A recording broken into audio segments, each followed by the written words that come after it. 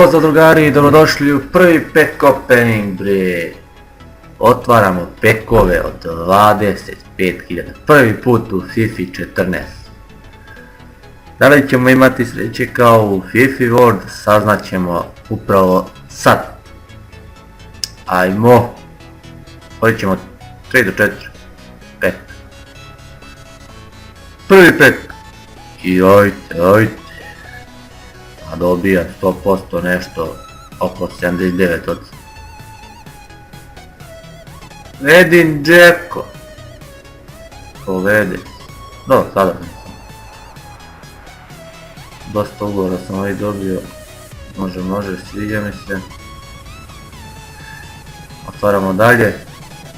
Idemo još jednom. Drugi pet. Ajde, daj mi nešto što vredi malo više. Ajde. I bomba! Courtois! Tako je bre! A ne znam koliko redi. Ajde, redi dosta u FIFA World, on redi oko 70.000.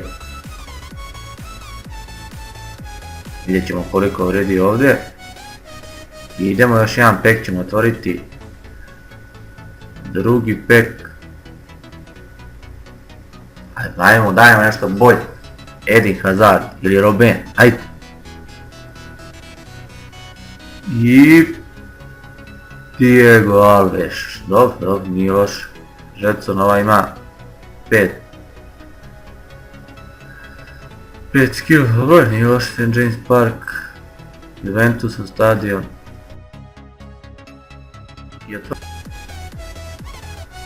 Ništa, možemo reći da smo zadovoljni s ova 3 peka, nećemo otvarati više.